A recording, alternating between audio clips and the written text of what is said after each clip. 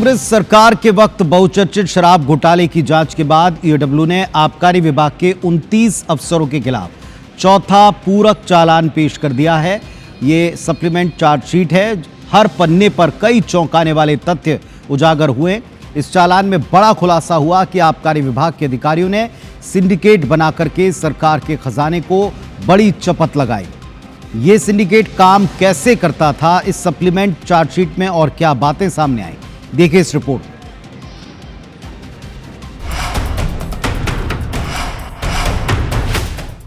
छत्तीसगढ़ में हुए 3,200 करोड़ के शराब घोटाले के मास्टरमाइंड अनिल टुटेजा और अनवर ढेबर के बनाए सिंडिकेट ने शराब व्यापार में ज्यादा से ज्यादा अवैध पैसे से उगाही के साथ लोगों की नजरों से बचने के लिए अपने विश्वसनीय अधिकारियों को चुना था, जिसमें अरुणपति त्रिपाठी के चहेते माने जाने वाले सहायक जिला आबकारी अधिकारी जनार्दन कौरव को गुड बुक में सबसे ऊपर रखा गया।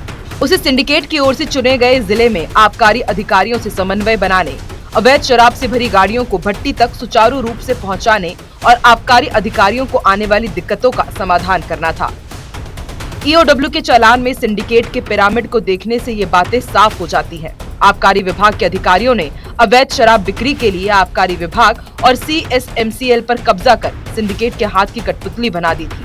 अनिल टुटेजा, अनवर ढेबर के बनाए सिंडिकेट ने शराब बिक्री प्रक्रिया में अपनी पसंदीदा प्राइवेट एजेंसियों पर भी नियंत्रण किया और अपने करीबियों को शामिल कर अपने इशारों पर काम करवाया, जिसमें अहम रोल सिद्धार्थ सिंघानिया का था। Siddharth Singhania man power supply agency Sumit facilities का स्टेट हेड होने के साथ सभी मैन पावर एजेंसियों के लिए CSMCL से समन्वय का काम करता था।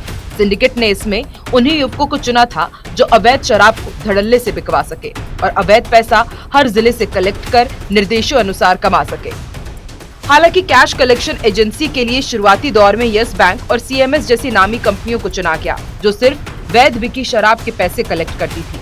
लेकिन अवैध कलेक्शन के लिए सिद्धार्थ सिंघानिया की टॉप सिक्योरिटी एजेंसी को टेंडर दिया गया। पूर्ववर्ती सरकार में हुए इस घोटाले में सबसे बड़ा बदलाव राज्य सरकार की ओर से निर्मित ट्रैक एंड ट्रेस सॉफ्टवेयर में किया गया। अरुणपति त्रिपाठी ने सिंडिकेट के जरिए अवैध शराब की बिक्री में मिलने वाले कमीशन को बढ़ावा देने के लिए इसमें बदलाव करवाया। अरुणपति त्रिपाठी ने अवैध शराब बिक्री के लिए कमीशन को बढ़ावा देने के लिए प्रत्येक स्तर पर स्कैनिंग हटवाकर सिर्फ परिवहन परमिट स्कैनिंग करने की प्रक्रिया शुरू की, जिसके लिए NIC को पत्र भी लिखा गया था। ईओडब्ल्यू के चालान में बड़ा खुलासा इस बात का भी हुआ है कि अरुणपति त्रिपाठी ने CSMCL के इंटेंडिंग पोर्टल और CSBC के इन्वेंट्री पोर्टल का भी दुरुपयोग किया। शराब घोटाले में अवैध रूप से करोड़ों रुपए की कमाई कर अनिल टुटेजा, अनवर ढेबर, अरविंद सिंह, त्रिलोक सिंह ढिल्लन, अरुणपति त्रिपाठी, विकास अग्रवाल, सुब्बू समेत कई आबकारी अधिकारियों ने हवाला के जरिए करोड़ों रुपए बटोरे और इन अवैध कमाई को शेल कंपनियों के माध्यम से अचल संपत्तियों में निवेश किया, जिसके साक्ष्य ईओडब्ल्यू के पास है। मार्च अप्रैल साल 2019 में इस सिंडिकेट की पहली बैठक घोटाले के मुख्य मास्टरमाइंड अनवर ढेबर के होटल वेलिंगटन कोर्ट में हुई, जिसमें 3 डिस्टिलरीज के मालिकों से कमीशन उगाही के लिए डीलिंग की गई। बैठक में अनवर ढेबर, अरविंद सिंह और विकास अग्रवाल शामिल हुए। तीनों शराब डिस्टिलरी से देशी शराब की बिक्री के लिए प्रति पेटी 75 रुपए कमीशन लेने की बात पर तैयार कर लिया गया और आगे चलकर इसमें सरकारी रेट दर बढ़ाने और 100 रुपए प्रति पेटी कमीशन देने की बात कही गई। इस तरह शराब विक्रय में प्रति पेटी कमीशन का सिलसिला शुरू हुआ। सिंडिकेट ने 3 प्रकार के कमीशन बनाए थे, जिन्हें पार्ट A, पार्ट B और पार्ट C नाम दिया गया। इसमें पार्ट A वो कमीशन होता था जो शराब सप्लायर सरकारी दुकानों में अपनी शराब बिकवाने के प्रति पेटी के हिसाब से सिंडिकेट को कमीशन देता था। चालान में इस बात का भी खुलासा किया गया है, जो शराब सप्लायर सिंडिकेट को तय कमीशन नहीं देता था, उनकी शराब दुकान तक ही नहीं पहुंचती थी। साथ ही कभी-कभी उनके बिलों का भुगतान भी सिंडिकेट रुकवा देता था। सिंडिकेट से जुड़े इन सभी 29 आबकारी अधिकारियों को साफ निर्देश जनार्दन कौरव के जरिए दिए गए थे कि जो कमीशन नहीं दे रहा है उसके लिए दुकान के सेल्समैन और सुपरवाइजर को शराब उपलब्ध नहीं होने का हवाला देकर शराब बिक्री पर रोक ही लगवा दी जाती थी। घोटाले के तीसरे बड़े मास्टरमाइंड अरुणपति त्रिपाठी ने मई साल 2019 में सिंडिकेट की अवैध शराब बिकवाने के लिए जिला आबकारी अधिकारियों की आबकारी भवन में बैठक ली, जिसमें अवैध शराब बिकवाने के लिए निर्देश दिए गए। इस घोटाले का अहम कड़ी सिंडिकेट का सदस्य अरविंद सिंह है। अरुणपति त्रिपाठी से पूर्व वो परिचित था। इसलिए उसको भी डिस्टिलरी से दुकानों तक शराब पहुंचाने का काम दिया गया। अरुण त्रिपाठी अरविंद सिंह को डिस्टिलरी से डिलीवरी संबंधी निर्देश देता था ताकि सिंडिकेट की अवैध शराब बिक्री में कोई रुकावट न आ सके।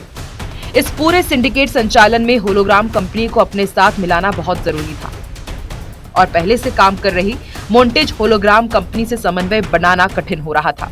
इसलिए अरुण त्रिपाठी ने अनिल टुटेजा और अनवर ढेबर से संपर्क कर राज्य सरकार के आबकारी मंत्री के साथ कई बड़े लोगों को अपने झांसे में लेकर सरकार से नया टेंडर करवाया और अपने मित्र विधु गुप्ता की prism holography and security private limited को टेंडर दिलाया। इसमें अवैध शराब बिक्री के लिए डुप्लीकेट होलोग्राम सप्लाई करने के लिए विधु गुप्ता को राजी किया गया। टेंडर होने से पहले से ही उक्त कंपनी से बने नकली होलोग्राम का उपयोग अवैध शराब में होता था। नकली होलोग्राम डिस्टिलरीज तक पहुंचाने का अहम काम जिला आबकारी अधिकारी जनार्दन कौरव को दिया गया। इस सिंडिकेट ने बड़े ही शातिराना अंदाज में इस पूरे घोटाले को अंजाम दिया।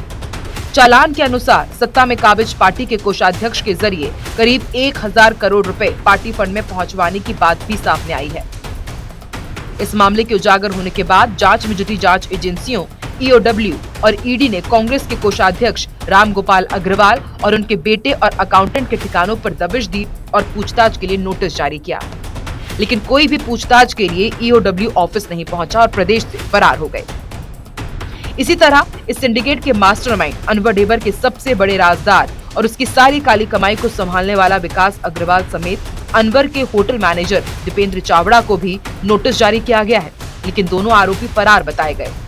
सुब्बू के बारे में बताया जा रहा है कि मास्टरमाइंड अनवर ढेबर के सारे पैसे को लेकर वो दुबई फरार हो गया है। जानकारों का मानना है कि अनवर के इन दोनों राजदार यदि किसी जांच एजेंसी के हत्थे चढ़ जाते तो निश्चित तौर पर ये घोटाला पूरे देश में सबसे बड़ा घोटाला साबित होता। कोर्ट में 29 आबकारी अधिकारियों के खिलाफ 2100 पन्नों का पूरक चालान पेश किया गया है, जिसमें से 22 आबकारी अधिकारी कमीशन डकार कर वर्तमान में प्रदेश के कई अलग अलग जिलों में क्रीम पोस्ट पर बैठकर मलाई काट रहे हैं और 7 आबकारी अधिकारी मलाई काटकर रिटायर भी हो चुके हैं।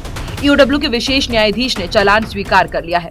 फिलहाल सभी आरोपी आबकारी अधिकारियों को 20 जुलाई को अंतिम मौका देते हुए कोर्ट में अनिवार्य रूप से मौजूद होने के लिए नोटिस जारी किया गया है। तहसीन जैदी, IBC 24, रायपुर।